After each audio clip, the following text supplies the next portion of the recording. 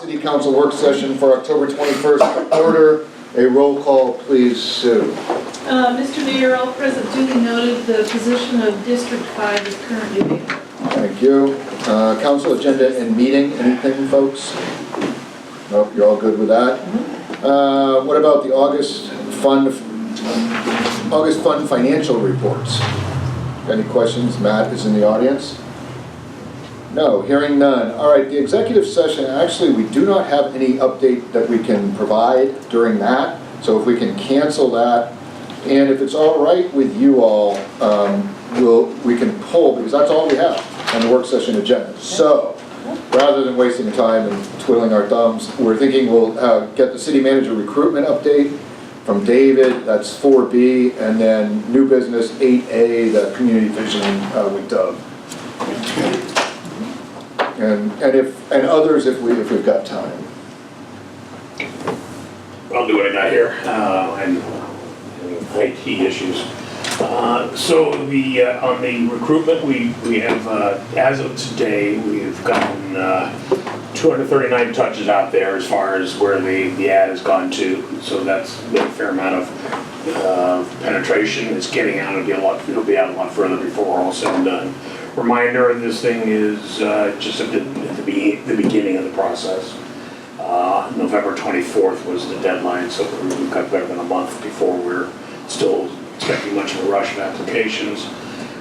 Pleased to say that we have 8 already, which at this point in time is kind of interesting, and I've looked at some of the respondents, who they are, and there's some already current city managers involved in the mix, and other CEO types, so I think we got that looks good as far as beginning. I've been to a couple of meetings that I've been to. There's been a lot of interest from people that I think are probably fairly talented. So I think you'll get a good mix of applications and a strong pool of candidates. So I'm pretty hopeful on that, just given this really early piece. The mayor is going to do a little video on the quality of life in Newberg, and that'll get posted to the ELGL, which is the Engaged. I'm not sure they've changed their name a little bit, but I think it's the Engaged Local Government Leaders. So that's a mix of existing professionals and up-and-comers. It's got broad reach. That was an organization that actually started here in the metro area in Portland, and it's now national and maybe international in its scope. So they have a lot of talent pool of people that pay a lot of attention to what they are doing, who they reach. And they bring in a lot of great speakers for their training programs and their conferences. So that's, by and large, it's early, but I think it's promising from what we've seen so far, and more to come. Yeah, and I think that outfit's actual website is lovegov.org. GovLove. Yeah, govlove.org. So yeah, if you go on there, actually, you'll see we did put something, as I mentioned in the meeting, we had the video that we had done for Independence at that. It's coincidental, but it was right at the outset of our recruitment, so it turned out to be very helpful in our recruiting efforts as well, because it got broad reach. You're welcome to go up and see what we posted. It was myself and the economic development director that sort of just sat and chatted for about an hour with those folks. It's kind of just a nice, pleasant thing, a conversation that you have, the chance to talk about what you know, it's your community, your home. So, hopefully that doesn't scare people off. All right. Thank you. And Doug, if you've been kind enough to be flexible enough to, yeah, right, for the community visioning.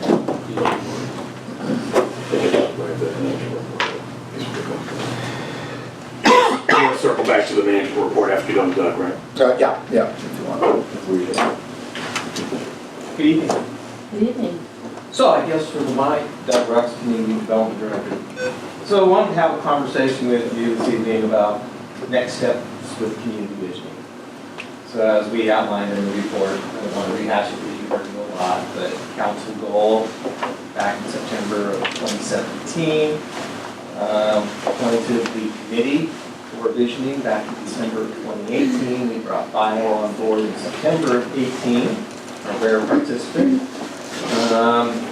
And we sent him off and created the community profile, and then we started with community work, and then we did the community core, we did open houses, community engagement. which all led up to August 19th, where we brought forward the, what I call the living document, because it constantly changes. It's different a little bit today than it was back in August. But it raises the question, implementation and staff resources, city resources to be able to do this. So I put in the report, based on conversations that David and I have been having, is 5 possible options. So the first is that we have the community engagement position, and staff person, I think that still has to come to council to be approved, or is that already? It's been approved. Already Hires. So Lacey will be here on November 12th. So one option is Lacey could take on and be the lead for community engagement. She's a community engagement specialist. And of course, community development would be there to support, which is kind of me, and why I was moved on to other working environments. So we still have the institutional memory.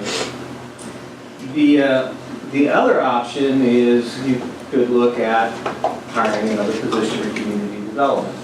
So back when we were doing budget, we were talking about housing.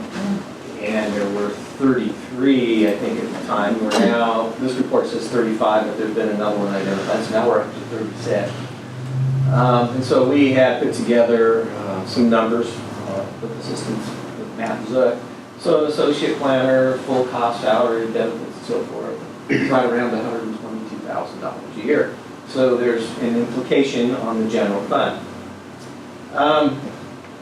Sometimes we talk about one time, and so an option is you could consider going out and getting an independent contractor to kind of oversee it. Again, might not be sustainable over a long term, but it might be something to get you through a year or two. But you're still going to have costs, and those costs are probably going to be comparable to a city staff person, maybe a little bit less. The other one I was thinking about is, we're working through trying to find lead partners. We've identified some. I haven't had a lot of time to go do a lot of talking with them. I've done some, as noted in there before. But could a lead partner take on that role or that task? Then, of course, the last one you always have to look at is the negative side. It's just you don't implement it. You spend the time and money to put it together, but it just goes sit on the shelf. So I noted in the report that some of the things that we're working on that all came through the budget process. So with our urban growth boundary expansion and economic opportunities analysis. So we've got an RFP that's out and closes the end of this month. We've got the downtown plan we're implementing. So we've got parking and housing and vertical housing development zone and the West End Mill District. Mentioned we've got a whole list of things in the affordable housing arena. We've got to do a refresh on our building lands inventory this winter. So we have current data that will align with the economic opportunity analysis so we can have conversations in mid-2020 about next steps, urban growth boundary expansion, working on the construction excise tax. Always a good reminder we do planning work for the city of Denby as well. So that takes about 0.25 FTE to do that work for them.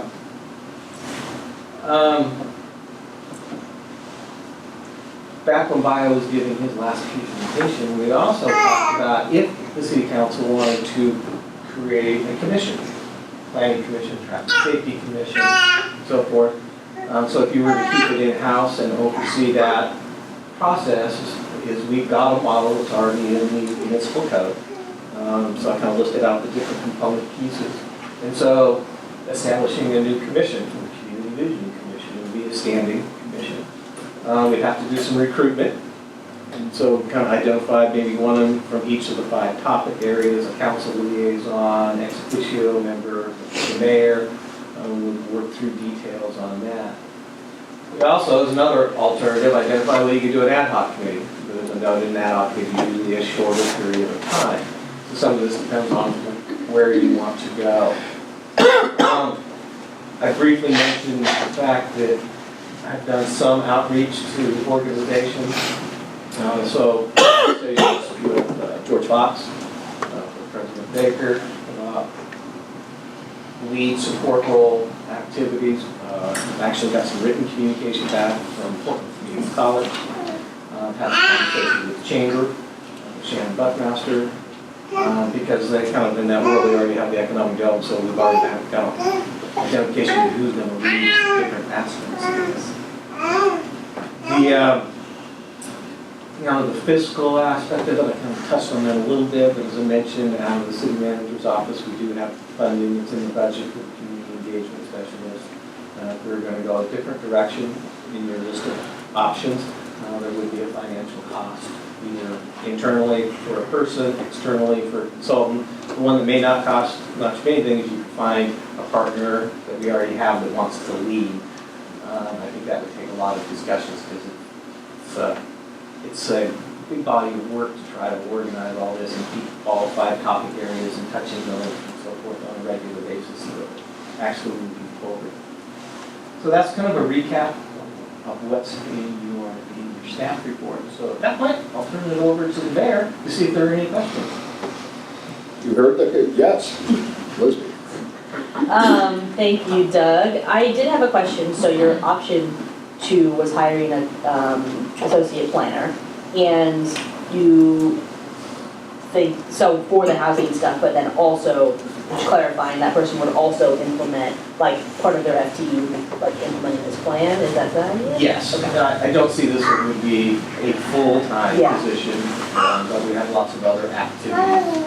If it was in community development, I could also say if it was in the city manager's office, again, it wouldn't be 100% of the time, but it would be a big book of business that would continue to move forward with other PIO activities and working with other departments who are trying to get information out there. Keep citizens. Yeah, Liz. Kind of follow on to Elizabeth's question. So the community engagement specialist, what do you see that person, I mean, I'm just messing this up, but what do you envision that person really focusing on separate from this work? I would turn that over to the city manager, interim city manager, to define what tasks and responsibilities would be. So we're going to spend some time with the executive team trying to figure out exactly what that looks like. Certainly, it's taking reasonable charge of the media, the social media that the city controls.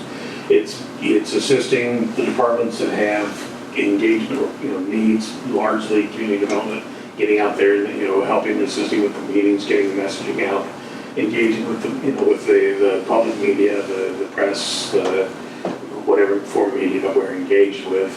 Largely the job is positive messaging for the city.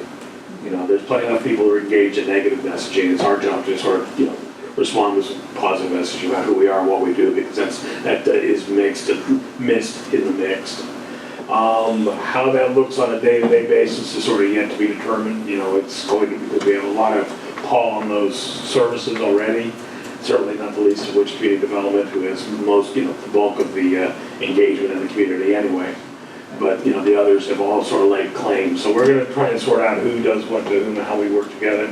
We have, the police has its own PIO. Public Works has an individual that works the social media buttons as well. So it may turn out to be a smaller team within the team. But, precisely what that is yet to be determined. Okay. Earlier when you were speaking, you said something around if we could possibly end up getting some consultative type services to complete some of the work that we're going to be doing, and you, I think, stated that it would be comparable to an associate planner. Is that? I think so. Generally you go out in the private marketplace and somebody's going to be charging somewhere, $100 an hour, $75 an hour to do that. So then it's how much time. If you choose to go down the route of establishing a permanent commission, then somebody's got to staff that.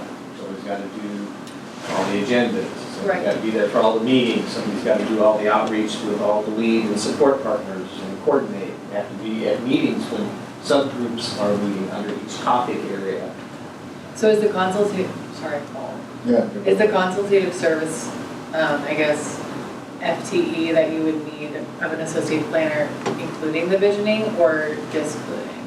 Like, is there enough for a 1.0 to do all of our priorities that would be put out for a bid? What I'll do is I'll go back to the budget process. And so in that, we gave a presentation about what we did not include in the budget. Right. And so I did not propose an associate planner.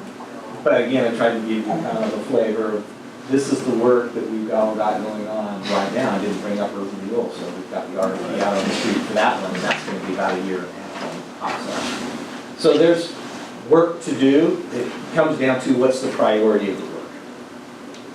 And part of that will come out of when you do your goal setting, kind of jumping forward.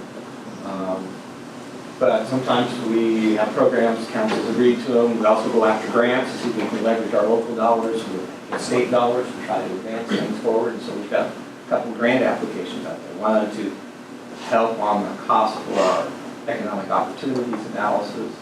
Another one is House Bill 2001.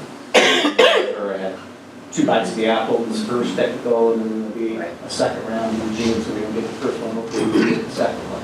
That's going to be about a year work as well. So we have plenty to do. Where are we in our goal setting process? What, do we have a timeline for the next steps? Well, I think the thought was, at least in chatting with David, was that we would do start that in earnest once the new city manager came on. So, at this point, we are existing under the old plus the community visioning goals that were set out. So that's where we are at the moment.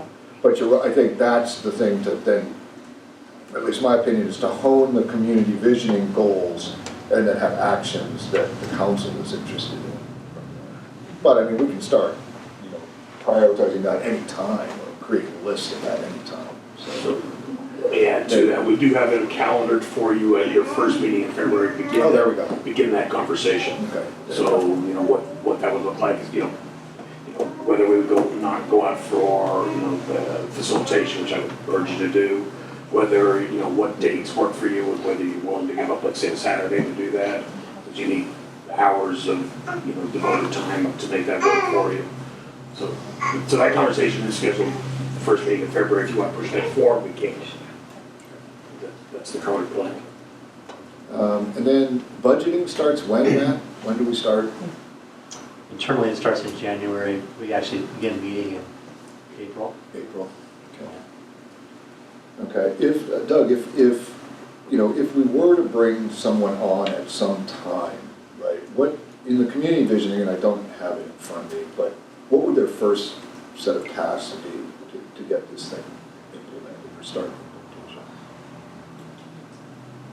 It would be meeting with the identified lead partner list and having those face-to-face conversations, confirming we're going to do it. We're going to be meeting with the list of supportive partners and meeting with them, and you're going to support the lead. So think about it, you've got 5 topic areas, you've got multiple strategies under each one, and we try to kind of lay it out in a horizon so we know what we do in 5 years, but there's a process that there are dozens and dozens of things to do in the first 5 years. What's the priority in each one of those? We never got that far. We should not have gotten that far yet, but that's another next step. And again, you're going to need guidance from your own goal-setting process. Right. To help Doug To help out those priorities. Patrick? Just as a comment, more than a question for Doug, is, we went out and Mr. Ware went out in the community, we had all these meetings, and we got this excitement going. I talked to a number of people who were pretty excited about the plan, and I'm excited about the plan, and then to just kind of let it sit. Even if it's delayed, I think sends a bad message that, we're gonna get all this, what do you think? A year from now, we'll get around to it. It's on a shelf with everything else. Well, and so what I would argue is that a lot of the goals that this group set out when we had our goal setting, I think marries up very well to the Newberg plan. And so I don't think it's out of the realm of possibility to really take a look at maybe a mid-year, kind of look at the budget as a council and say, okay, right now budgetarily, what are our what are our priorities? Because, David's bringing back people and reshuffling things. Why can't we as a council also say, okay, here's our priorities, we'll do a consultant for this, we'll hire somebody here, we'll use the money, the limited resources we have in the most efficient way possible, focusing in on exactly what our goals are right now. And that would be my argument, it's maybe a little conversation during a work session or a little subcommittee, or to come back and say, okay, here's our plan. We want to do this, this, this, this, and this by the time April rolls around and we do our budget. So this is our little mini plan to get this, because I really feel like if we let this sit and then we go through another budget process and it'll be June, now we're what? Almost a year out from when we get our big plan. And I know government moves slow, but that just, to me, we can't have big barbecues talking about this and, big boards and a lot of energy around it and then kind of let it fizzle. Yeah. Could we have the community engagement specialist sort of start working on it right away and then give us a clear idea of how much time it looks like it's taking for one person? So that we're doing some work on it and getting some good feedback on, this would be a whole FTE, or I could fit this in 20 hours of my work week. That way there's movement on it right away, with the idea that then we have some, figure out then what that means. Yeah, I mean, does that make sense to you all? That could certainly be the first round of tasks. I mean, it makes sense that community engagement specialist is out meeting the community anyway, and this is a perfect excuse to do so. Yeah. We still, at the end of the day, we still need your guidance by way of your goal setting. Yeah. We can get after, scoping what this project is, the community vision project is, getting our engagement professional up to speed. Just got to learn, what is Newberg anyway, which way to the restaurants, that kind of thing. So, that learning curve has to take place regardless, but she can work with Doug early on to at least devote a good portion of her time, quarter and a half time, to just this effort, since it clearly is meaningful to you, so it's not a problem. There's still more to get her up to speed on as well. But at the end of that day, we really know what we need to know from you, because you really haven't had that opportunity. It's kind of in goal setting. Tell us what you think is really important for the next year or two, because that vision is 10, 20 years. It's not going to happen overnight. You got to start it, but we need to know where we start. But, the same could be argued with the 36 items in the housing area. Same thing could be argued there. Yeah. It could be argued as well, because there was a fair amount of effort by the community in, coming up with many of those. And so same thing, we don't want it to all of a sudden. But I also see a lot of those, I'm sorry. No, go for it. I also see a lot of those marrying up at that point. Yeah, absolutely. And that's where I think we get that, I hate to use this word, but synergy, to where we can kind of do two tasks at the same time. It's a great idea to have the community, we can start it, but then really kind of look at, I urge this group really, really strongly to look at this and give it the, we all said that affordable housing and planning issues were important to us. In addition to urban renewal, those are a lot of the same bases we have to touch too as we get out in the community and we start talking to people about urban renewal. Building those relationships is going to be incredibly important, and I think, you almost have somebody that could do a kind of a three-pronged attack, urban renewal, affordable housing, and Newberg. Yeah, because you're right, because chances are it's going to be largely the same people we're going to be talking to with urban renewal and everything else, right? So, yeah. Well, the other thought, as David said, do we want to try to move up goal setting? It's February now, and the calendar is getting, it's getting a little bit tight, but you want to try to move it up. I've been wanting goal setting for a year, so yes. If we have time for it, I've been for moving it up forever, so yes, absolutely, as soon as possible. I think we continuously run into an issue where it's like, what are your goals, and we can't. The only thing, the only thing I counsel about is that, I would like your new city manager to be in that process towards the beginning. It doesn't have to be that first meeting where you're sort of scoping what the work's going to look like. But when you actually get together and brainstorm, I think it's really important that your manager be part of that process. At least if nothing else, so he or she can hear what you have to say, even if he or she's not in a position to contribute very well. Yeah, and we're not likely to see he or she before January at the earliest, right? Well, yeah. I think that's correct, but, also people can make, if it's just pop in for a day or two because we're doing something important, and it's like when I showed up to a couple of the early council Yeah. meetings, I wasn't really on the ticket yet. We also need new city council too. We do. Yeah. So, Yeah. and that's not gonna be until November, Right, right. so. Well, you want us to look at the calendar then, and see if we can move it up for at least a work session, any way to start, you think? We'll get it. Okay, you guys okay with that then? Yeah? Okay, looks like that. Good. All right, anything else there, Mr. Rux?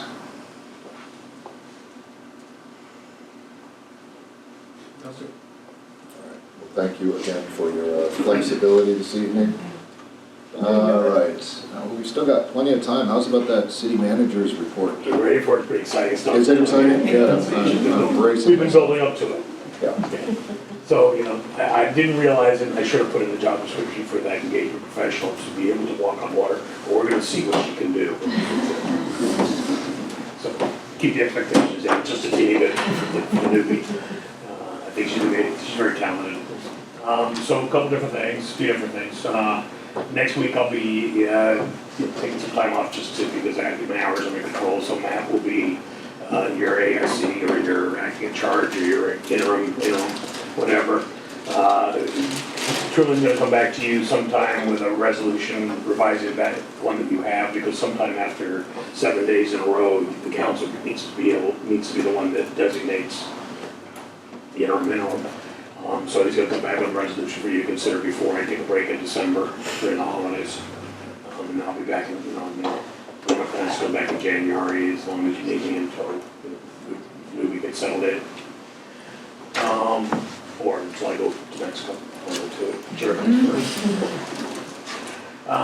So that's ongoing. So in the meantime, Matt is, will do a great job for you. And Matt basically is just in charge for now, just when I'm not here. If people really need somebody that has, a signature or whatever, they can touch base with Matt.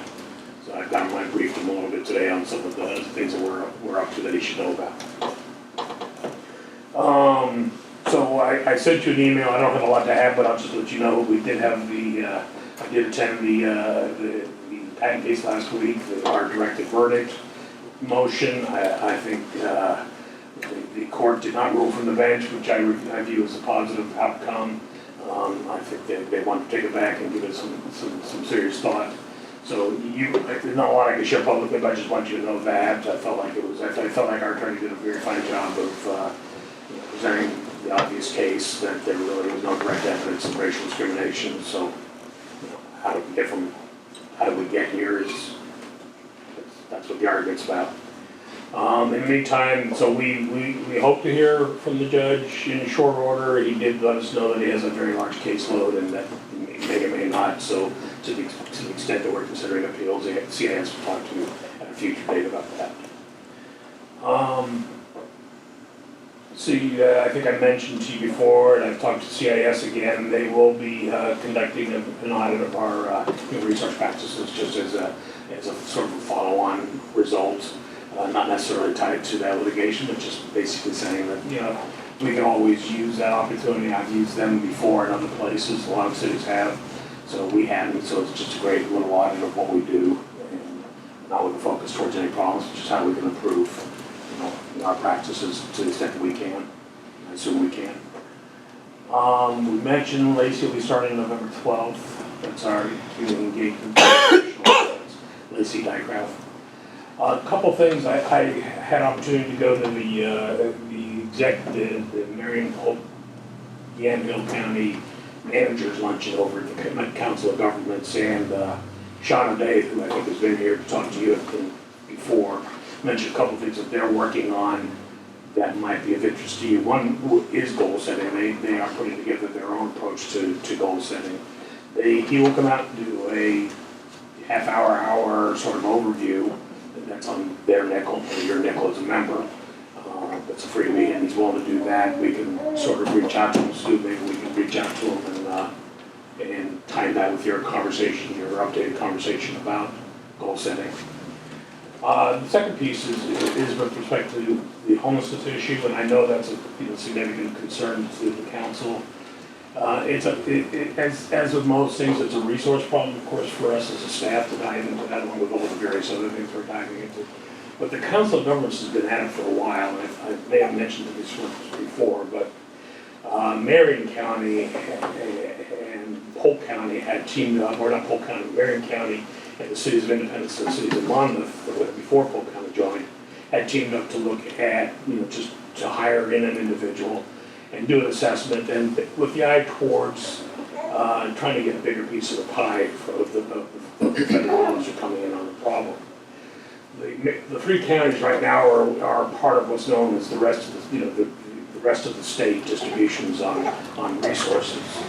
That nets us in the hundreds of dollars per homeless individual that we're aware of when we do the homeless counts. In those areas that get targeted resources that are designated areas in the state, that amount of money tends to be tenfold. And so Polk County ultimately joined in on the coalition and agreed to be a party to trying to get designation for those two counties. Yamhill County has not.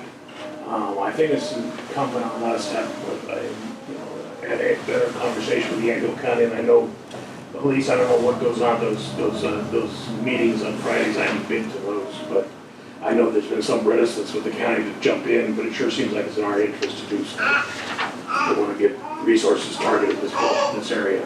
I was going to say something during my committee report. Good. Anyway, I think that's Bear's fault.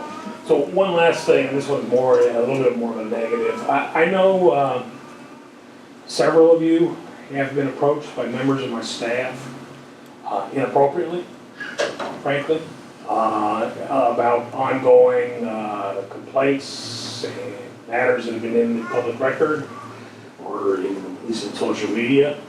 I need to remind you, and I'm doing this sort of publicly, and I apologize, but I need to remind you, your charter is real clear. You have no business in HR matters. It makes you personally at risk. So I just need to remind you that. And when you are approached, you need to really ask these folks, have you talked to the city manager? Have you shared your concerns directly with the city manager? Because that's where they need to go. There is a chain of command, and certainly the people that approach you know that. And I'm asking you to remind them, if they come to you, to turn them back. You really have no business in that conversation. It puts you at risk personally. It puts the council at risk and the city at risk in an area that you don't have business in, frankly. And I know this is not what you want to hear, and I get the advantage of being an interim, I get to tell you this stuff. But I'm really urging you just to cut that conversation off and send them back to me or to whoever their supervisors are with their concerns. It's just inappropriate. That's what I've got for you on that tonight. Yep, and on that note, I guess, and this is the wisdom of 10 months, and those who have been here longer will certainly know better than I, and Chairman probably better than anyone, is that cities apparently get sued all the time. That seems to be a thing. And so we do individually, run some sort of risk of being named in lawsuits, which we would probably all like to avoid.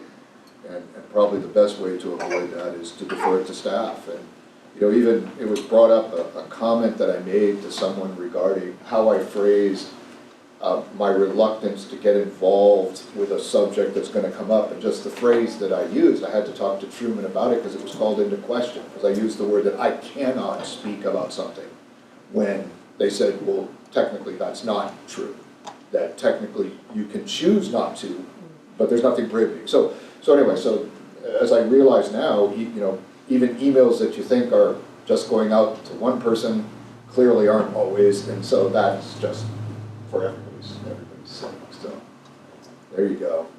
Okay, thank you, David. Anything else from the city? That's why I'm the worst note. Yeah. All right. Let's do committee reports. You want me to hold him for a minute? Will you give us what's happening? Oh, he sounds like he really doesn't want to do that. I'll do it. I'll do it. That's better Come with here, people buddy. other than me. Here, buddy, come here. Come on now. If you start screaming, that's gonna be terrible. Okay, well, he's gonna like your beard. Yeah. Mrs. Newberg obviously is here tonight, so that will be exciting to hear about their progress they're making. And working on their marketing firm strategy, which sounds like is underway, exciting. And then I did want to just say that I met with the YCAP executive director last week. It was a good meeting, and she's been using the last quarter to really get to know the communities, and she's really identified Newberg as a point of community of opportunity for YCAP. YCAP doesn't have a lot of visibility in Newberg other than youth outreach. And they do have a shelter here, which I'm not sure, I wasn't even aware of until a few months ago. But they have a medically fragile and a veterans shelter here. So her and I are talking with my Providence hat about how we can partner and do some cool things. But then also she is proposing coming to speak to council in Newberg after she goes to Mayville. And the county has proposed to her an idea of really leveraging what other communities use their community action programs for. Ours is not, I think, historically done a lot of housing support in Yamhill County. They do a lot of amazing things, but I think their housing support isn't as ramped up as maybe some communities. So she is going to the McMinnville City Council in the first week of November to pitch the idea of putting up $50,000 towards a position at her that would be funded at YCAP to really spearhead a county-wide strategy for housing and homelessness.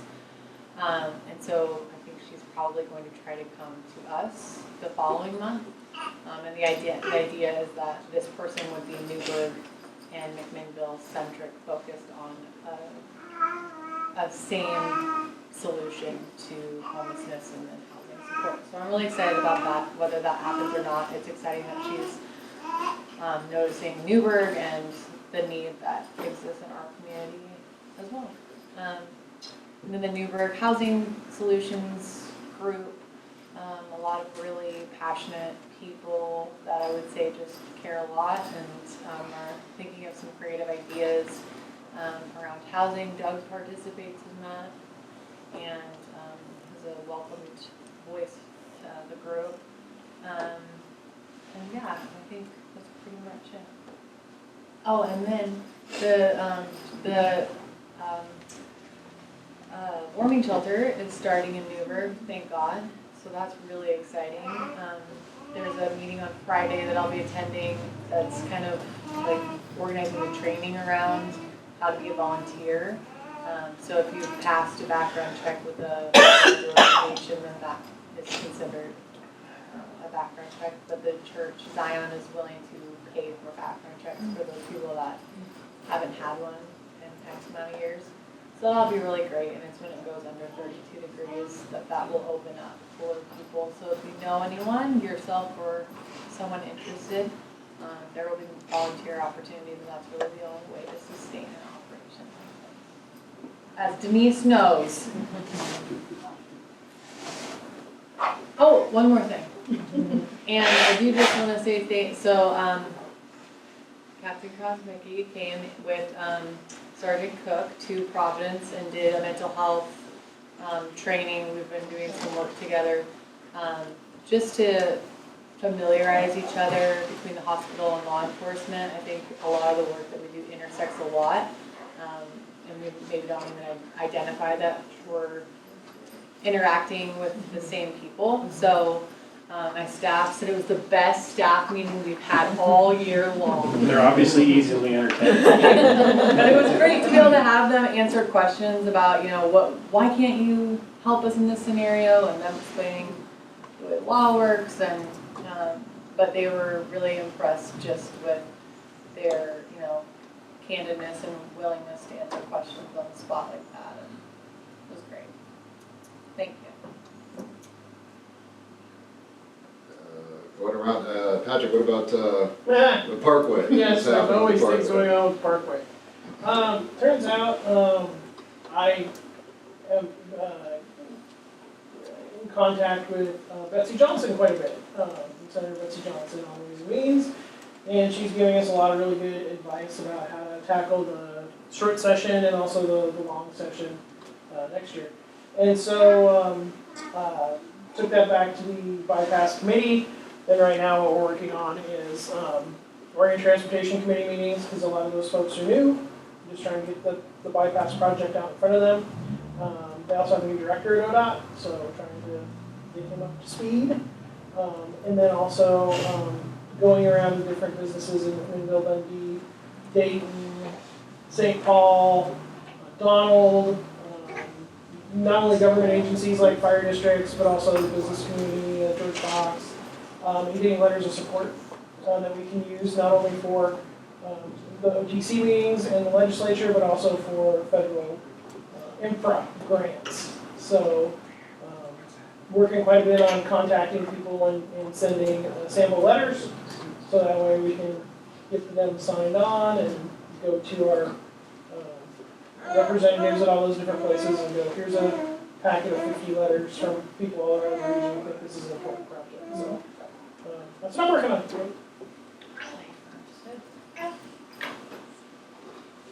Sorry, how's about cultural district? Not a whole lot to say. We don't meet very often.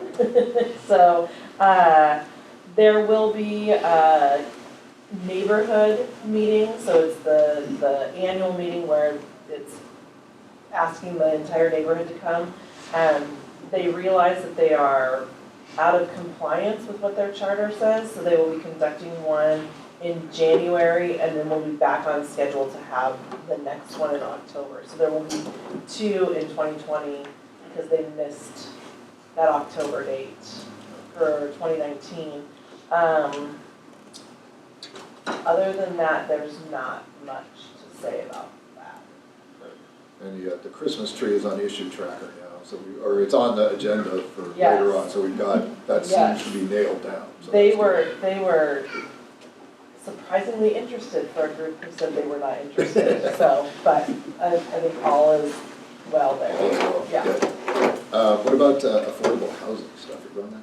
Nope. Who's doing affordable housing? One of us here? I really says, okay, we'll get back to that one. Let's see. Oh, how's about sustainability stuff? Do you want to talk about that group or the? I don't Meryl's here. participate in the group. Meryl, Yeah. I mean, I get a lot of letters from people in the I group, but got I you, don't Dave. actually participate in the Right. group. I don't, Pat, what about the meeting that we had? Yeah, go ahead. So Pat and I met with Waste Management to talk about some of the possibilities of increasing recycling to weekly as opposed to every other week. We talked about the possibility of adding food waste composting to curbside. We talked about the possibility of adding glass recycling to the surrounding areas. We talked about CNG trucks. And it was a great meeting. We got a lot of information, and we asked them to do a little bit more research, and we also have now some meetings with some folks at the city to talk about just different possibilities of kind of how we could collaborate together. I don't know, it was a great meeting, but what I took away from that, we really were pushing for CNG trucks, compressed natural gas, and what I took away from that was that really long-term, it would be better to really invest in electric. But at the same time, there's gonna be a little bit of a buffer until those are really ready. There's a pilot program right now in Portland that is kind of working with those, but they're not quite there. However, the way that these trucks are used is really, could really work well. And yeah, so it was really good. I think we've got a lot of work to do, but there's some exciting possibilities. Good, and they were receptive largely? They were, I feel like they were Good. incredibly receptive, yeah. Good, awesome. David? Just want to add, I think it got added to your issue tracker as well, the issue. I know our staff took it up at our department heads meeting. We're going to have a focus meeting beyond that, but I also think, to the extent that it comes up as an important goal for you during your discussions, it'll certainly give heightened, priority for the staff as well. Yeah, great. So, And Jay actually wrote a very, and I don't know if you all saw it, but a very nice sort of review of what he thought, including something like a sustainability audit at the city to say how we're doing now, what we can do. And I did attend Meryl's sustainability meeting last Thursday, I think it was, which was great. A bunch of people, some youngsters, which is very exciting. Jean was there as well. And it's you know, it's good. I stressed then that stuff that's generated by the community is oftentimes much more, it's more robust when it comes from, than when it comes from sort of us. So that's exciting. And hopefully we'll publicize it a little more, get some more people involved, and then see, you know, what we can do in that area. But thank you to the folks that are involved, and to the ones that show up before our meetings to remind us of the subject outside the building. So that's very good, so appreciate that. Well, Mr. Mayor, if I- Yes, sir, please. You know, I also want to address the folks who are showing up before the meetings and also at the last meeting. Just showing up like that has sparked conversations. And that's more than that was happening before. You know, we usually are, you know, we set our goals and then they get scheduled and then we're on our train, you know? And this has kind of been an exciting topic in that it's so broad and so there's so many aspects to it that, you know, we can talk from everything about our fleet to garbage handling to glass recycling to, you know, how we power the lights in the library or at City Hall. So I just want to thank you guys for bringing that forward, and you know I'm learning a lot, so thank you. All right. I have one issue Sure, tracker question. On here, there's not the, we had an awesome presentation on the Newberg flag. It's on here somewhere. It's not on the issue tracker. Yeah, and this is well, I'm glad you brought it up. Yeah. So this is so Dane Finley, who graduated last year, and family relation is Stephanie's nephew, I think, something like that. Anyway, graduated last year. For all the audience, he designed an update of the Newberg flag. So some of you may not know there is a Newberg City flag, but there is one. And he sort of did an updated one. What we were waiting on was to get the actual pictures of the Newberg camellia in the thing, but it's now ready. So I think it's just a matter of going forward with it. I think there was a mention of it being tied to Visit Newberg. Was that what I saw as a note on here? Well, so, I don't know, we didn't add to the issue tracker, did we? I thought I saw it. I'd have to look, but just to mention on the issue tracker, when David first came, I populated it with everything from the entire year. And then he backed up and we just populated it from August 1st forward. So there may have been stuff that happened before August 1st that's not on the issue tracker. We can certainly add it back. Yeah, I think it is, actually. And it says here that Dane Finley proposed the design outcome on hold pending branding campaign by Visit Newberg. Yeah, that's what I thought. So, Okay. I mean, the point, and I think it was I was the one that sort of suggested that, and I think there was sort of a lot of nodding their heads in agreement. You have Visit Newberg, and you'll be talking to them, I guess, this evening as well. But they are, you know, a large part of what they're spending their efforts and their money on is this branding effort. I think there's gonna be a lot of opportunity for spin-off sub-branding off that effort here, and I think you're gonna wanna do that. You're gonna wanna, in accord with the overall, you know, messaging for the city, and just whatever the theming that comes out of it, the taglines that come out of that. And the flag, you know, I think that's the kind of time you have the conversation, where and how does this fit in, because you are branded as the community of city, and you know, you want to make sure you capture that in whatever, however that ties in with what you're doing with this in Newberg. Okay. So you you know, the message needs to be fairly consistent across the marketing efforts that you have as a city. Is this another project for community engagement? This poor Absolutely. just hang in the back, just dump it. Okay, but then the other I question guess is, my I point think. was a little bit of a hurry up and wait on that one. Let's see what Visit Newberg, and you could ask them tonight. Yeah, what we they can stand ask, on that okay, one. well, let's ask Leslie. And then, you know, the question for council then becomes, you know, is this something you want to put out to the public for review? That becomes a question. Again, this is one student senior project that produced this, and which is great. It's an awesome thing for Dane to do. So. Okay. Anything else, folks? I wanted to thank Denise for sitting in on the mayor's cabinet meeting last week, which I don't know if all of you even know what that is, but anyway, what it is that the chairs of committees get together generally once a month to sort of give updates on what each of the committees are doing and make sure that we're all aware. And we're thinking about how often to hold them because as Stephanie mentioned, not all the committees meet monthly. Many of them meet quarterly, and so maybe it'll be better to go to that level of meeting, that frequency. So, all right, anything else on kind of committee reports from council? The only other thing, this last week seems to have been a time for a lot of nonprofits in the community. I don't think we should ever forget, I went to 3 different fundraising events last week. MV Advancements, I'm not sure if you're familiar with who they are. This is developmentally disabled folks, so they had an event. I didn't know as much as they do, but it's pretty fantastic. Tillicum, I went with Truman, thanks for the invitation, and what they do with the campers out there. And then the Seroptimists met at Dundee Community Center, and if you're not familiar with them, again, another fine organization. So from my vantage point, we are blessed with a whole lot of nonprofits that are doing a whole lot of good work, and to the degree we can support them, there we go. So, all right, anything else for committee reports? All right, it's 6:52 by wide watch. Let's close the work session and we'll convene at 7 o'clock for the business, October 21st. The roll call, please, Sue. Mr. Mayor, all present duly noted, the position for District 5 is currently vacant.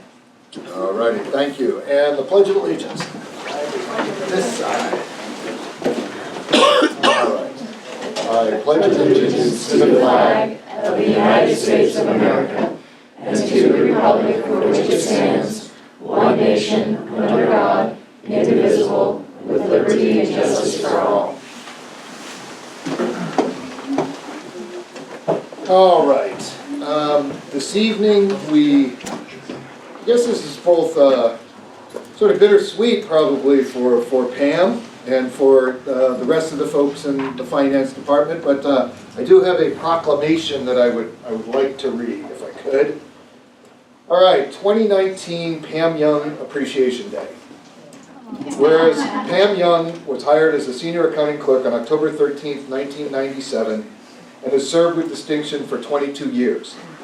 And whereas, since Pam Young has decided to retire from public service, the City Council and community wish to acknowledge her contributions and show gratitude for her significant contributions to the Newberg community. And whereas Pam Young began her service in the city as a senior accounting clerk and became an accounting clerk too in 2005, Pam has successfully processed approximately 40,000 paychecks and nearly 100,000 accounts payable checks. Pam has served under 4 finance directors, 5 city managers, and 5 mayors. And whereas Pam Young received the George Lehman Employee of the Year Award for 2002, and whereas Pam Young has exemplified humility, kindness, gentleness, timeliness, faithfulness, and a team attitude, all while performing as an accomplished musician with a passion for bluegrass and Elvis. Now, therefore, it is proclaimed by the Mayor and City Council and on behalf of the citizens of the City of Newberg, Oregon, that we express our warmest appreciation and gratitude to Pam Young and proclaim October 31st, 2019, Pam Young Appreciation Day. Let's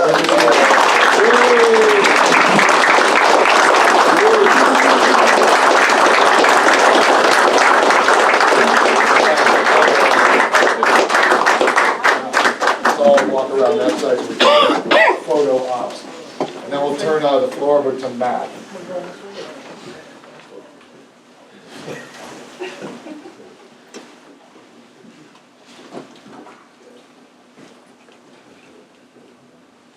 You want to go on that side, maybe that's better. Whatever you think, photographer Truman. There. There we go. There we go.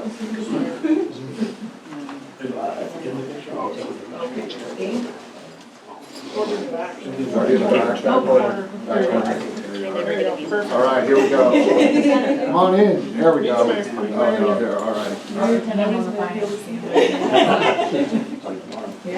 Are you usually gonna have to squish in more, or I'm gonna just lay in front? The old team photo. Here we go. All right, Thank you, Dave. here we go, on 3, 1. Here we go, 1, 2, 3. Another one. Don't smile. All right. All right. All All right.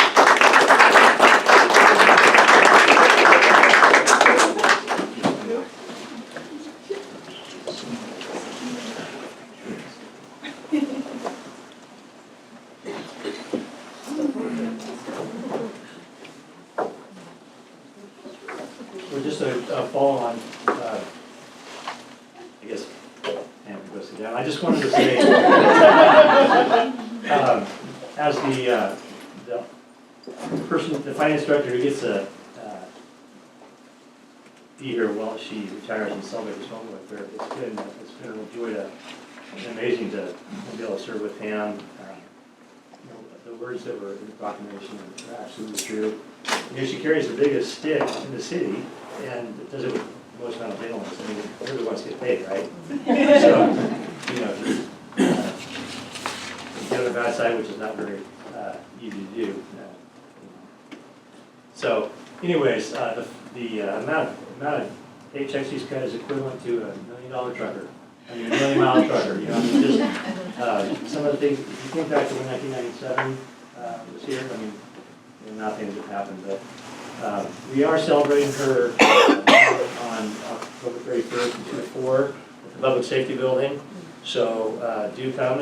You'll be remiss if you miss it. But there's going to be some festivities and some surprises that we'll enjoy roasting Pam with, and she'll be off into the sunset, but continuing to work with finance and helping transition. We've hired Dawn Nelson to take her spot, and she's fitting in nicely, and so anyways, appreciate your guys' recognition of Pam, and welcome everybody to come on October 31st.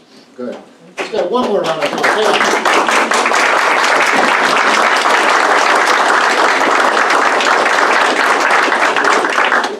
Pam, keep playing music, please. Okay.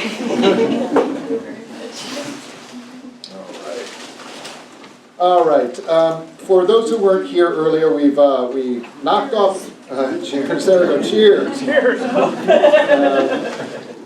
All right. The city manager update, we've already gone through 4B. So let's skip now to Leslie and Visit Newberg quarterly report.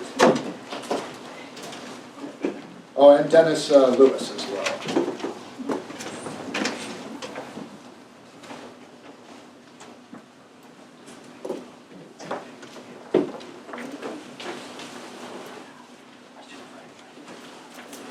Hello, everybody. How are you this evening? Well, we put up a little bit of a presentation, so for those of you in the audience, you can kind of follow along. This is our opportunity to present you with our first quarterly report since the inception of Visit Newberg. And so I just kind of recapped the overview and the mission statement for Visit Newberg. And we're working hard to bring in more tourist traffic to our fair city so that they can visit all of the local boutiques and restaurants and lodging and what have you. So hopefully we're getting off to a good start with that. So just wanted to kind of recap on the second page of the presentation, just to let you know who our board members and staff are. I'm the one and only staff person. I'm the executive director. And we have a number of well-served people on our board that kind of give us a fair representation of our communities. We have Dennis Lewis here, who's with Lewis Audio Video. And we have Rob with George Fox University, who's in the marketing department there, so very valuable for our marketing efforts. Peter from the Allison is our treasurer. And then the rest of the group, we have Lonnie from, well, everybody probably knows Lonnie Austin Parrish from numerous walks in life. Jessica from the Painted Lady, Megan from Lifestyle Properties, Kathy Martin from Argyle Wineries down in Dundee, Sheila Nicholas, Baron Cara, Curtis Stewart with Hooverman Farmhouse Museum, and then Elise Sankey is one of our ex officio city councilor contributors, and then we have Ted Crawford from Travel Dundee Tourism Committee and Shannon Buckmaster from the Cheyenne Valley Chamber. So we've assembled this board to really give us a good representation of what we're trying to accomplish and those stakeholders that we're serving. So in the first quarter of our operation, we've really been working on setting up a lot of the structure of the organization, which includes setting up your payroll, your QuickBooks, your bank accounts, your insurance policies, your simple IRAs, that sort of thing. We submitted a business plan and an annual budget to you all, which you approved on July 1st. Thank you. And so since that time, we've been holding our monthly board meetings. We have established a lodging committee, a marketing committee. We prepare monthly financials and submit them to you all, so hopefully you've had a chance to review those. And so today we're going to comment on the business plan, goals, and imperatives, which are on this page, and then we'll comment to some of the things that we're working on towards that. So the first bullet item is building brand identity as a premier four-seasons vacation destination known for wine touring, culinary experiences, spa visits, cultural, historical attractions, and outdoor recreation. Our second pillar is growing leisure visitor volume and spend, increasing our overnight stays. Then we have community and industry partnerships, collaboration, and marketing support. And then finally, we have our developing a group market, which would include meetings, weddings, tours to the area, sports, artist retreats, whatever group of people want to come visit. And so we are working currently on getting Visit Newberg's brand defined with cohesive visuals and brand language. And what that means is we're working with a creative marketing agency that works on our branding and putting together what's the right message and visual to really help our consumer, our visitor know what we're all about here in Newberg. And so we have worked through some of the steps of recruiting those agencies and choosing who we think is going to be the best person and companies to get us down that path. We currently are in review with our web design agency. We have our creative agency selected. We are working on our photography. We actually have a photo shoot scheduled for Wednesday of this week because it's supposed to be sunny. We're excited about that. We're trying to catch the fall colors of the vineyard leaves and the trees and that sort of thing. We'll continue to build out more of our image library in the fourth quarter. So we're starting on that process right now. We are also working with Travel Dundee on a Wake Up in Wine Country campaign. It's a social media campaign that will start running this next month and will run through the spring of 2020. And so it's really, the goal of that is to increase awareness of Newberg and Dundee as a premier destination, to inspire overnight stays, primarily Newberg, because Dundee has not a lot of lodging, and so we're happy for that opportunity that they will want to stay in Newberg. And just really to showcase the natural beauty of our region. And so that campaign, we're hoping to look at the analytics of that and see if that was a success. And then we'll probably contribute a little more marketing spend towards that campaign if we see a lot of results from that. One of the things that we're able to do is put tracking pixels on the hotels that agree to it, so that way we can actually track true results of that campaign to see if anybody converted into an overnight guest. And so we'll be reporting back with some results on that once we have results to show you. And then also we are participating with the Willamette Valley Visitors Association and various others, all the other communities in Yamhill County on a familiarization tour with their staff and their public relations agency. The PR agency is responsible for story pitches out to potential travel writers and social media influencers. And so they'll be coming in Wednesday and Thursday of this week for this FAM tour. And so hopefully we'll see a lot of great results from that. And then finally, I listed some media coverage that we've received in the last quarter. So we had an Alaska Airlines in-flight magazine mentioned with the winning wine country trip planner that ran in August. There was a wine country of Newberg and Chehalem issue that was in the 1859 magazine trip planner that you can find out online. And then also Oregon Wine Press had a mention in the Bite of Newberg special. So I'll just continue to report back to you on any media coverage that Newberg receives, and hopefully we will see a lot more of that. We're also working on recruiting a part-time marketing manager, and hopefully we'll have somebody on board in the next 30 days. And they will be responsible for helping corral all of these various agencies that we're working with to really get that. Our goal is to finish the branding part of our work by the end of this year and hopefully roll out a website early January. And I think that was it on the marketing side. Yeah, any questions on that so far? No?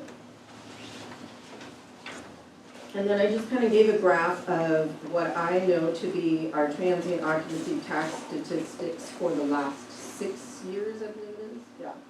And kind of showed just kind of the growth by quarter.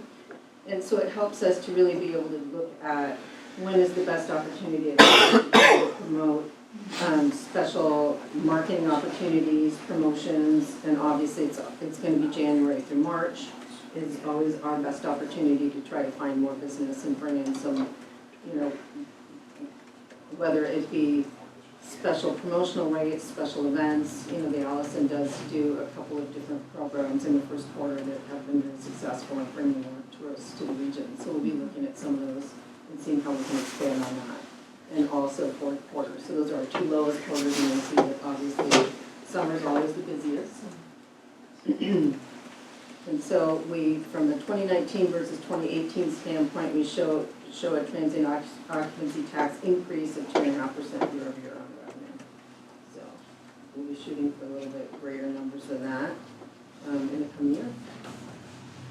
And then when we talk about partnerships and collaboration, there's a lot of different organizations that we are involved with on varying levels, but it starts at the Travel Oregon level, and then Willamette Valley Visitors Association is one of the regions. There's 7 regional DMOs for Travel Oregon, and so Willamette Valley, we are a part of the Willamette Valley Regional DMO, and then we have Yamhill County Tourism Partnership, which is the unofficial county member of the regional DMO, because Willamette Valley represents Eugene, Mountain Territory, Albany, Corvallis, Salem, and us. And so we have our tourism partnership that we have formed in order to really get a bigger voice for Yamhill County, because we feel that we represent a significant volume of revenue of those different counties from a tourism standpoint. And so we have been active with that Yamhill County Tourism Partnership. We actually have a county commissioner work session for next week. We want to educate the county commissioners on really what is tourism and what is the impact to Yamhill County from an economic standpoint. And we have a goal of requesting that perhaps they consider that we be an official advisory committee to the county commissioners. So more to follow on that. So I just kind of listed out all the activities that I've been participating in the last 90 days. And I'll let you read that for yourself. But I've been busy. And then also from developing a group market standpoint, we have just completed Visit McMinnville, put together a Willamette Valley wedding venue crawl this last weekend. And so there were 2 Newberg venues included, the Water Oasis and the Old Schoolhouse. And so waiting for results from that. They're trying to promote. They brought out 100 bridal couples and had a variety of vendors at each of the venues. And so hopefully we'll see some more action. Sounds free. Oh, yeah. Sorry. They were trying to get people to volunteer to ride on the buses with these people for an 8-hour day with them. Oh my goodness. And not a lot of people signed up for that. I suppose it's a test of if you should be married. And then, you know, I just really try to get out and network in any opportunity that there is with people who bring groups to the area. So Meeting Professionals International, I've been a member of that for many, many years, and they have over 250 members in Oregon who are directly responsible for booking any kind of conference, retreat, event, that sort of thing. So just making sure that they're aware of all of the meeting facilities that we have available in Newberg. And then also met with the Delphine School down in Sheridan, and apparently they find that they can't get lodging in McMinnville often enough, and they want high-end housing for their parents who come in for parents' weekend, homecoming, that sort of thing. So connecting them with the Allison and connecting them with some of our fine dining restaurants, and so we'll be seeing some more business from them. And then the budget, did I see that here? We worked on what kind of information that you would want reported to you. So I submitted more detailed information to Matt and Doug that I'm not sure if you've seen, or whether you just see this page. I don't know if you guys can. Just this page. Yeah, just Just this page, okay. So I guess the first question is, do you have any questions on what you see on the budget? Nope. we're still kind of getting, you know, underway with the spend. I think you'll see a lot more of the marketing spend start occurring in Q4. And so it's still fairly benign at this point. We have most of the money parked in CDs and trying to get as much interest out of that as we can. And so that's really all I have for mine. Questions for Leslie or Dennis? Well, I have a question that we were discussing earlier, and one of the items on our issue tracker is a possible update to the Newberg city flag. So we've had a flag which we may not have encountered. In fact, many people do not know it exists, but there is one, and it's and we're looking for. We've got a senior who just graduated this past year who designed an update to the flag. So we mentioned it earlier in that if you are doing particularly branding stuff, that may incorporate the Camellia City and all of that. So we wanted to share that with you, and if you thought that's something that you'd be interested in seeing, learning more about. Oh, I'd be happy to take a look, see. Okay. Yeah. Fair enough. Okay. Yeah. Dane Finley, senior who graduated last year, should be applauded for that effort. So it's pretty cool. So I'll send you a copy. Okay. Okay. Very good. Other questions for Visit Newberg? I think we still continue to hear hopefully positive news in the direction of a mid-level hotel. I hope you are hearing the same. I don't know, hopefully things are just moving forward. I guess that's all we can say at the moment, so, unless you know. With any sort of a timeline that you can talk about? I don't think I can say anything. Doug might be able to share something if there's anything he can say. He's giving you the Yeah, I know, he's giving me the over the glasses eyeball. Uh-oh. We'll be holding a pre-app on the project this week. Okay. Good. So that's something. So there we go. Great. Yeah. All right, anything else? I just want to say we appreciate all the work you're doing. You built it from nothing, literally, so. Thank you. And you've had to weed through a lot of, I think, what people envisioned and Dennis too, all the work you've done. Thank you for entrusting this venture to this group. You're a terrific crowd. You know, from a practical perspective, it's very difficult for a volunteer organization to get the traction where put together. It's terrific about making sure all the customers are great crowd and getting involved with industry, travel industry that really makes us important to them too. So, I'm very good. Thank you for allowing that. Well, thank you. And I was happy to see Ted Crawford on the board and the relationship with Dundee, so that's good as well. We've actually been visiting, going to their committee meetings. Good. Good. Awesome. Okay. All right. Okay. Thank you so much. All right. All right. All right. The city manager's report we heard earlier in the work session, so let's move to public comments. And how's about we'll start with Brandy Crockett and the Elliott Road Improvement Project. And for public testimony, please state your name for the record, and then you'll have 5 minutes, and there we are. Can I push any buttons here? I don't think so this time. I think it's just, yep.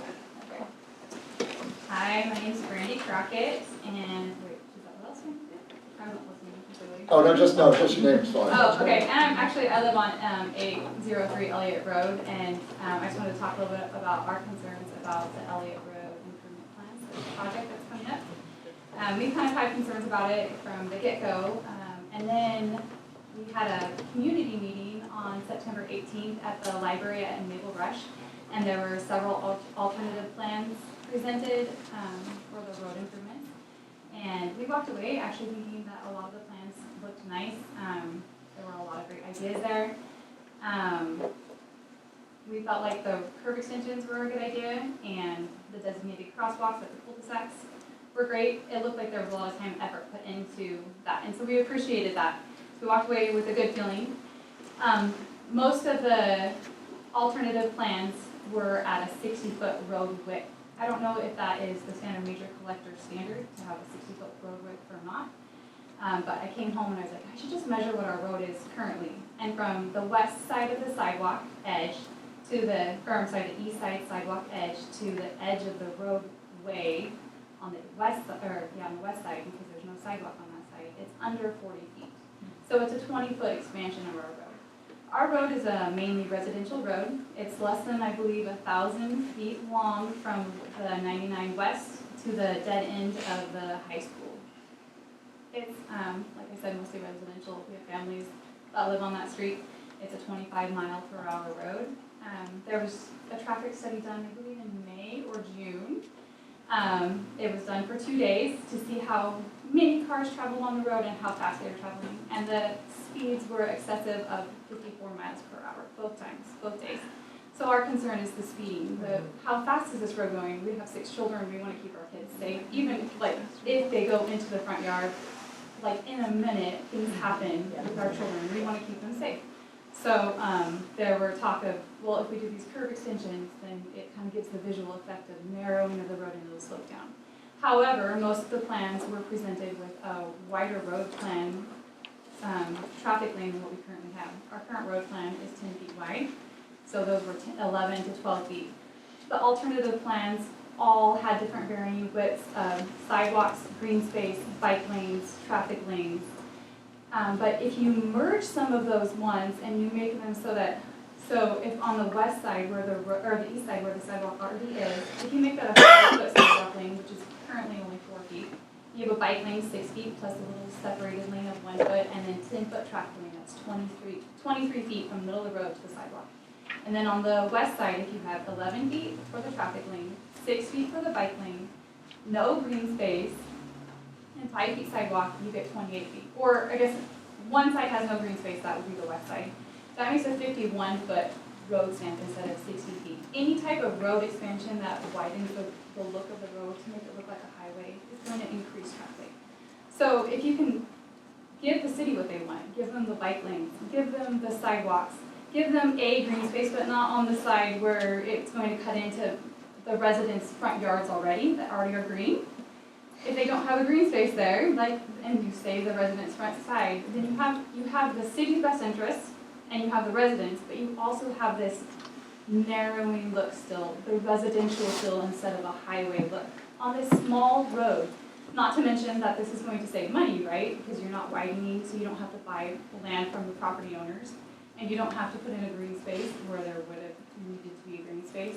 There's a way to save money and to also keep the children family-friendly look, keep the children safe, keep the neighborhood, the look of the residential feel, and give the city what they want, which is the bike lanes and the sidewalks. So I guess our concern is we don't want it to be wider than it is necessary, and we also don't feel like there needs to be a green space on the west side of the road. That's it. Thank you very much. Thank you. Thanks so much. Thank you. All right, and next for public comments, Rebecca Wallace on the topic of city administration.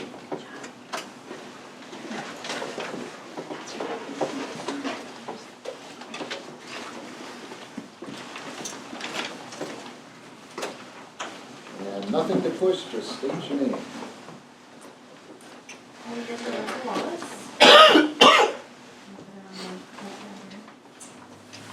So I'm here to speak about all these issues that are floating around social media and passing in the community. And I have personally pulled a number of records as a concerned citizen in the city of Newberg. To say I'm surprised is an understatement. I realize that we have a city manager that handles the staff, and you are only responsible for 3 employees. However, it is becoming exceedingly clear that you have an employee that has grossly overused their position within the city to hide behind fraud and criminal activity of one of the city staff members. It's included in the report, which I have emailed to all of you right before the meeting that I was here. I emailed the OSP report that I received today. You will find that included in it, of the break-in, the employee files, our chief of police is also being blamed for that break-in, it says in those files, or in those fee report. You will also find that Anna Lee says in a deposition that the break-in did not occur. So which one is it? Was there a break-in or was there not a break-in? But all of that is in the report. Sherman Stone told 2 current city council members that there was a break-in, and he said to one of them, "We think the chief did it, and that's why we didn't report it." I want to remind all of you that you do not work for the city of Newberg. You work for the citizens of Newberg, and you have an obligation to keep this from happening.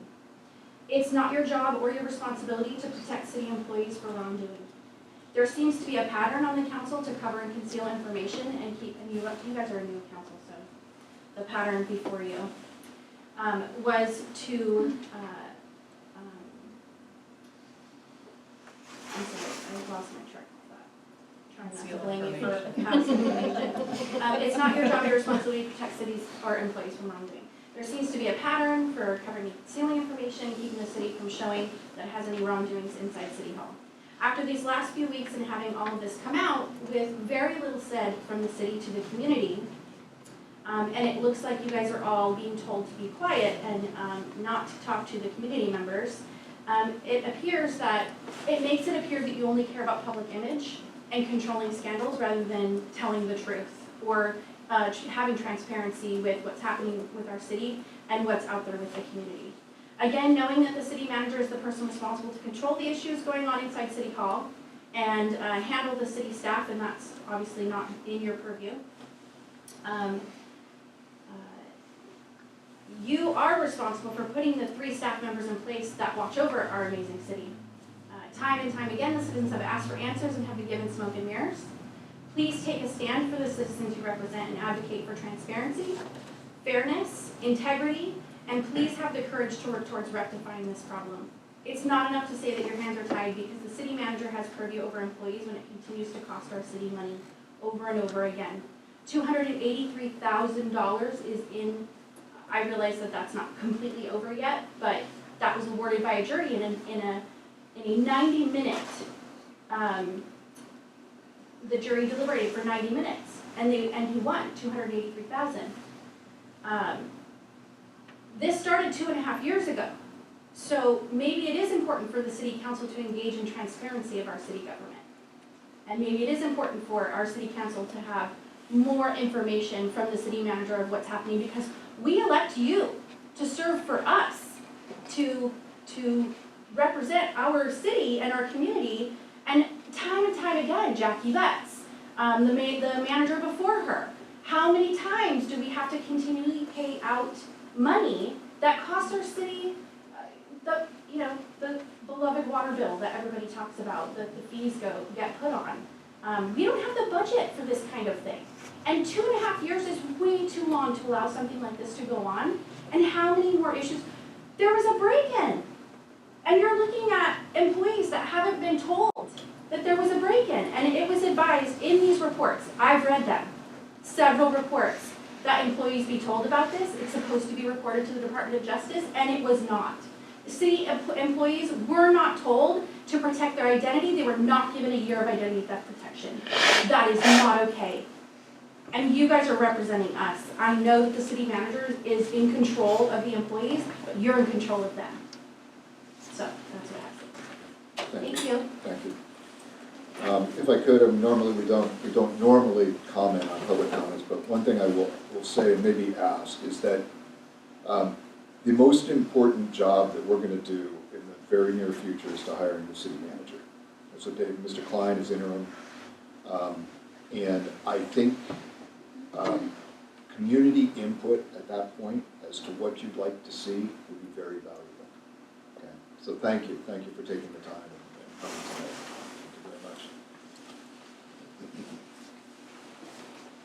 All right, let's move on to item 7, the consent calendar.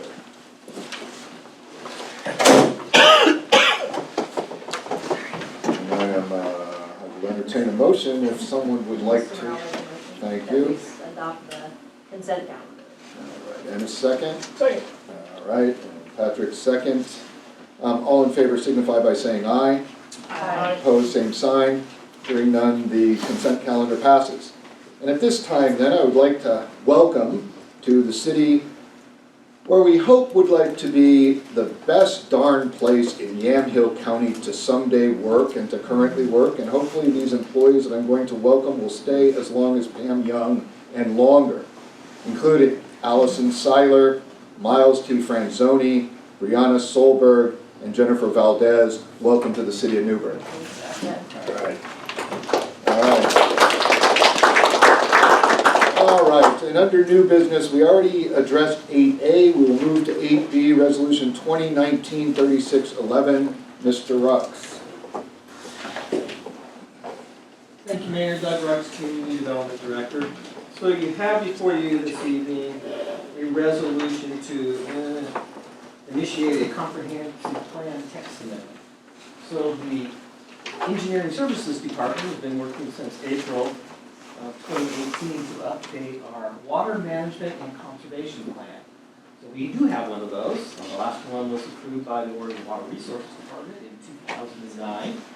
And it came with conditions. One of those conditions, we had to update the plan in 10 years. We had to do reporting, progress reports, and so forth. So the city hired GSI, a firm who had been working with engineering staff on the proposal, put it together. It went to the Oregon Water Resources Department in its draft form. They provided comments back, adjustments were made. On September 3rd, September 4th of 2019, Water Resources issued a final order for that, saying that water management and conservation plan complied with Oregon administrative rules. So now we're to the next step. Remember, if you step back, we have 2017, we updated the water master plan. And in the water master plan, it refers to our well field, and then, water comes out of the well field, goes across the river, goes to the treatment plant, and then goes into the distribution system to the reservoirs, and then out to the businesses. So this water management conservation plan is a subset of that water master plan. And in Oregon, with our land use system, those functional plans become part of your comprehensive plan. So what we're asking for tonight is for you to initiate the process. If so, then I will submit the required paperwork to the Department of Land Conservation and Development on Wednesday. We will then go to the Planning Commission for a public hearing, and they will develop a recommendation, and then that recommendation will come back to the City Council for your consideration. Questions for Mr. Rux?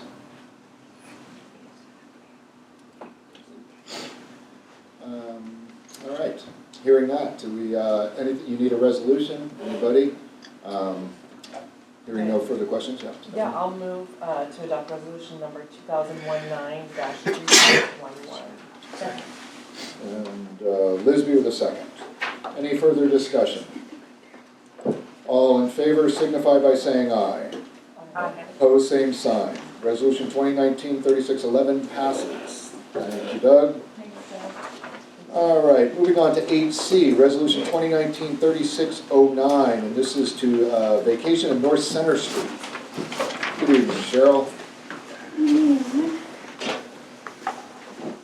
So, Cheryl Kane, senior planner. So the city has received a request to vacate North Center Street, north of East Fulton Street. And that request has been made by the property owners adjacent to the portion of North Center Street, which include mostly Friendsview Retirement Community, but one other property owner is CAD Living Trust, which is, like the property owners there, is the property on the northwest corner of Center Street and East Fulton. So the purpose of the vacation would be to allow greater flexibility for the development of the properties that are kind of west of North Center Street, east of North Center Street, as a second phase of the University Village for Friendsview. It would be part of a master plan that has been previously approved for this site that was, included several phases. And so this would be the second phase of that. By vacating the street, the city will no longer be responsible. So one of the there was a question about, are there potentially any advantages for the city to do this? And it's like, well, right now it's a public street, but it serves really basically two property owners, primary being Friendsview communities. Because those properties there take their primary access off of North Center Street. But the CAD Living Trust has a secondary access from North Center Street. Their primary access is off of Fulton. And so basically by vacating that public street that really only serves basically one or two property owners, the city would no longer be responsible for maintaining that as a public street. It would become a private access to the University Village development. And so the resolution tonight that's in front of you is not to actually make any decision in favor or against the vacation. It's just actually to initiate a public hearing process where you would make the decision later at a tentative public hearing for December 9th. Are there any questions on the proposal or the request? All right. Any further discussion, folks? It's about a motion. Mr. Mayor, I'd like to make a motion that we adopt resolution number 2019-3609. Second. Any further discussion? All in favor signify by saying aye. Aye. Opposed, same sign. Hearing none, the resolution 2019-3609 passes. All right, thank you. For those who weren't here, we did our committee reports earlier, and then the last item on here is issue tracker, and that, does that appear, oh, yeah, there we go, oh, there you go. Rick, the reminder about November 4th? Yes, The in reminder November. about November 4th? Yep. You're going to give the reminder? I'm giving a reminder right now. Here, calendar reminders. First one actually is October 31st at 2 to 4 p.m. at the Public Safety Building for Pam Young's celebration. So show up for that. And our next meeting will be November 4th, an early start. So underscore that on your calendars, a 5:30 start at the Public Safety Building. We believe we'll be back there, yes, we'll be back over there. Although it's been very nice here. Will has been been a great host. I'm gonna have to remember to prepare my books a different time. I know, right? I know. So, and anyway, are you looking for issue tracker? Yeah, I'm You got it? working on Okay. it. And Also, why there's are we trick or starting treating early on the for- 4th? Pam, 2 to 4 on Downtown. our next city council meeting, November 4th, starting at 5:30. All right, so this is, for anyone who's not seen, this is issue tracker. So these are items that have come up during the course of discussion through public comment and the like, and it then gives a status update on where we are with this. So that is our way of tracking that. Does this appear just with the agenda, or does it appear somewhere It else? appears with the packet because after the meeting, I add items. I have to apologize to Mr. Suppe. I didn't get his item added after September 16th. So I just added that. Okay. And what I usually do is put a little longer entry, like the first time it appears. Okay. And then it may get abbreviated and updated, so it goes to staff. This is items counselors bring up or the public brings up, and it goes out to staff after the meeting, and we ask for updates before the next one. But just like your forward-looking calendar, this thing can change depending upon, like, we amended the packet Friday and sent you out the update on all the Christmas tree lighting activities, which was like the page following issue tracker in the packet. But it doesn't appear in real time on the city website or anything. It does appear in the packet every 2 weeks, and if people call, I can tell them what's going on with different items. So, and then the gray shading is just kind of, we leave it on there, but kind of give a check mark to say that issue is kind of resolved, and that at some point, and David and I haven't talked about it too much, because so far we've managed to keep it to one page. We may drop the inactive stuff below the active stuff, so. And I try to keep it chronological, so we started this in August, and yeah, that's about it, sorry. I'm trying to put hyperlinks in now though too, So like Project Sidewalk, when I did a table out in front of City Hall on first Friday in September, that was like the most picked up postcard at the table. I was actually out hunting for committee members. But, you know, engineering, streets, people just love streets, man. So, anyway, so I put the hyperlink there because a lot of people were really interested in that. It's called a crowdsourcing inventory, and it's actually now about 85% complete. And that's where people just log in, and I think it's run by Washington State University Extension Service. Something to do with Washington State University. I used to work for the Extension Service, so I may be getting the two confused. But you can go on and like visually see all the streets and the sidewalks and like enter the status of your street. So that's how engineering's been kind of gathering the data on the sidewalks. So anyway, there you go. Ta-da! Oh, and if you would like to volunteer for the tree lighting in December, Karen Tarmichael at Public Works is the person to contact, or put her email up there, and then her phone number and stuff is on the flyer. So they do need some volunteers for the different, she's got it color coded and everything. And I think they still need a Santa. So, might be a red Santa. I'm just excited, I get to start the sing-along. I can't, Okay. yeah, I'm gonna be practicing from now until then, actually, for that. So actually, no, Karen did a great job here getting this all squared away, if you haven't seen it, all the tree lighting. Yeah, so that's very good, all right. And I don't believe, correct me if I'm wrong, do we have an additional item for issue tracker this evening? Do we have something to add? That we haven't, that isn't already being discussed at like Elliott Road or? Well, was? yeah, we have the item that, Okay. Well, I guess I'll just say, Becky, right? Yes. Well, I do feel like that should be added to the issue tracker in some sense of like, you know, refined process around our communication to city constituents. I mean, I think that,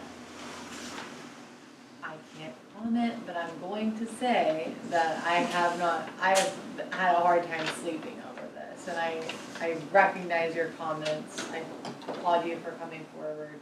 You know, we can't, this is a new world for all of us, for a lot of us up here, and I just think that, you know, people are trying their best, and, you know, our interims pro tem city manager is working his butt off to figure all this out, and so, thank you, David. I know that a lot of the work you're doing really goes unnoticed, and I hope that in the future, we will have a better way of communicating to the people that we are supposed to be serving and not be caught up in this mess. Well, I think that comes with also that we've talked about, you know, getting, as David has said a number of times, that there are really good things going on at the city as well. I mean, we do, and I think that needs to be brought out, but the communication generally, I think, David. So, and I know you want to be very positive about feedback. If you don't mind, I might return a little bit to the negative that I talked in the study session. Because take back. Sure. No, thank you, and I appreciate it. And you're right, this does, in fact, consume a lot of attention, a lot of time that I honestly didn't realize I was going to be spending with you as your rental. But that said, it's extremely important time and resource. But for you in the audience that weren't here during the study session portion of this, and just in general, cities throughout this state operate under very similar charters. And that charter, for very good reason, provides that the city council, particularly, and certainly Newberg charter does, provides that the city council is not involved in human resource matters other than the three people that report to the council, and that's the city manager, the city attorney, and to a more limited extent, the city municipal judge. And that's it. And there's good reason for that. One of the main reasons for that is you're volunteers, and you are here twice a week doing your jobs, and managing people is a full-time job. So you trust that the people you hire will do their jobs. Your charter requires that you trust the people that you hire that will do their jobs. And if they're not doing their jobs, I am your recourse, the city attorney is your recourse, the municipal judge, again, to a limited extent, is your recourse. And that's the authority that you have, and it's for very good reason. To do otherwise, the city council would be under a lot of exposure and would be at risk of a lot of liability for making decisions with only a limited amount of information. It is a full-time job, sometimes more than a full-time job, trying to understand all the intricacies of what's going on in the community, particularly in the HR field and the litigation field. So to the council very badly wants to be involved in this. We've had a whole lot of conversations. I have had a whole lot of conversations collectively, individually with counselors about how important that you let that it be done the way the charter sets it out and the way that it's properly done. So this council has been wanting very badly to be involved in this discussion, and at some point more information will be forthcoming about everything that we were able to resolve and able to resolve publicly. And some things in the nature of HR and litigation don't get resolved publicly. That's just the nature of the beast. But we will do what we can to get as much out there for the public and the council and to be as transparent as possible. But at the end of the day, we have to manage these things properly, and you have to manage it under the context of your charter, which is your constitution.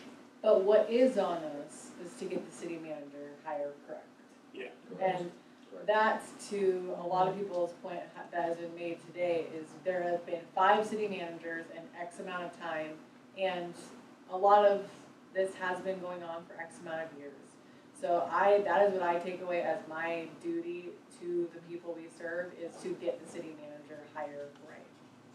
So I pledge that to you. I think I get some nods.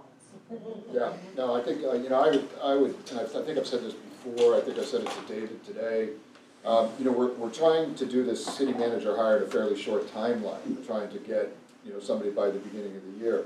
But at least from my opinion, and that's all it is that if in this group of candidates, we do not have someone that we believe fits this community and will stay in this community for a length of time, then I do not believe that we need to extend an offer of employment. I think it goes interim until we find someone that can do all of the things. And the other thing that I will say to the audience, both the viewing audience, the listening audience, the audience here, is that I can tell you in all honesty, this council is very concerned about all that is going on and has gone on for a long period of time, and will do all that we can within the parameters of the charter to make sure that we do it right and that we get, again, like I said before, when I said about hiring new people, I do not see a single reason that this cannot be one of the best places to work in this community, in this county, in the state, because it should be. We've got everything going for us. And now it's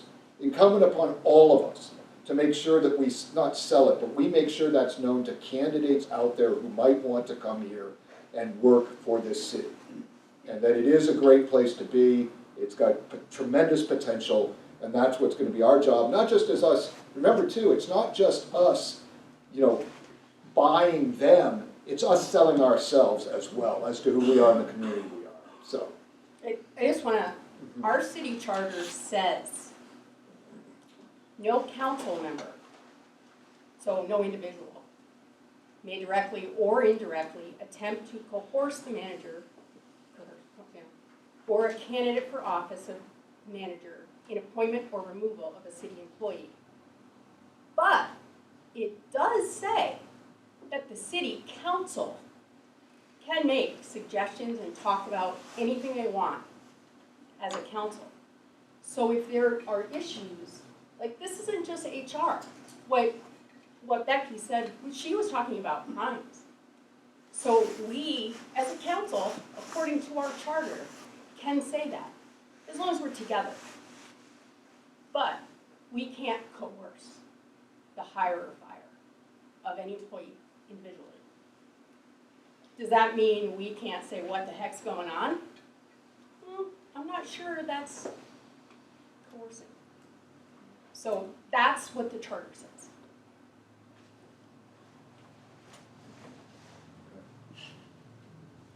Anything else for the good of the order? Anyone? Okay, hearing nothing else. This meeting is adjourned. We will see you again.